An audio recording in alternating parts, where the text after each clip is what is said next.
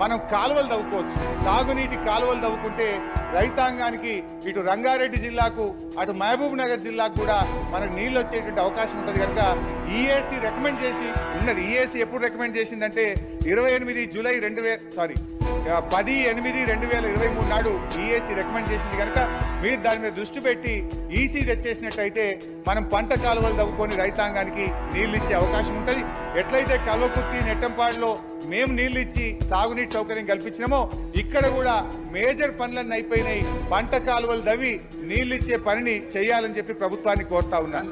అధ్యక్ష ప్లీజ్ అధ్యక్ష, అదే విధంగా కేంద్ర ప్రభుత్వం మీద అనేక రకాలుగా ఒత్తిడి తెచ్చి మనం సెక్షన్ 3ని సాధించుకున్నాం. సెక్షన్ 3 అనేది మనకు ప్రాజెక్టుల వారీగా నీటి కేటాయింపులు జరుగుతాయి. ఇప్పుడు రాయలసీమకు రేపు పోతిరెడ్డిపాడు నీళ్లు ఆపాలంటే సెక్షన్ 3 ముందు